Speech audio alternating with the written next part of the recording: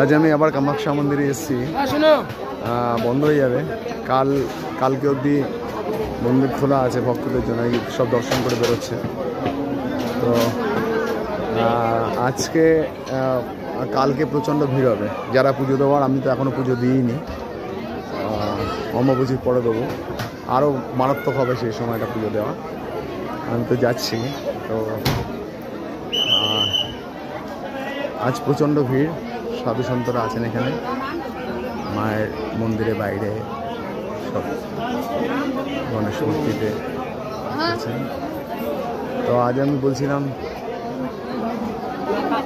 Checking খুব বেড়ে গেছে, প্রচণ্ড ভিড়, গাড়ি নিয়ে আসা মুশকিল। কালকে দিয়ে গাড়ি নিতে, কালকে অবধি আনা যাবে, তারপরে বন্ধ হয়ে যাবে।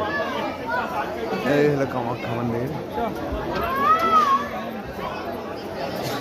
চারিদিকে সাজো সাজো রব, কিন্তু ভিড় এখনো সেরকম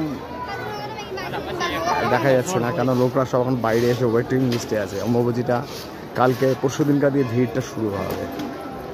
ভিড় মানে লোক এখানে একদিক দিয়ে ঢুকবে, আরেক দিক দিয়ে বেরোবে, দাঁড়াতে দেবে না, এরকম যা শুনতে পাচ্ছি এখানকার নিউজ, এরা যা বলছে। টিকিট 200 টাকা করে দেবে, টিকিট পাওয়া মুশকিল।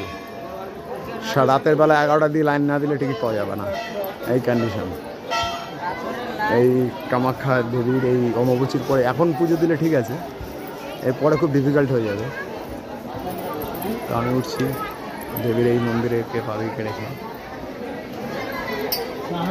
প্যান্ডেল সামনে না টানানো হয়েছে, অমাবস্যা উপলক্ষে দরজা বন্ধ হয়ে যাবে, এই মেন দরজা সব বন্ধ হয়ে যাবে,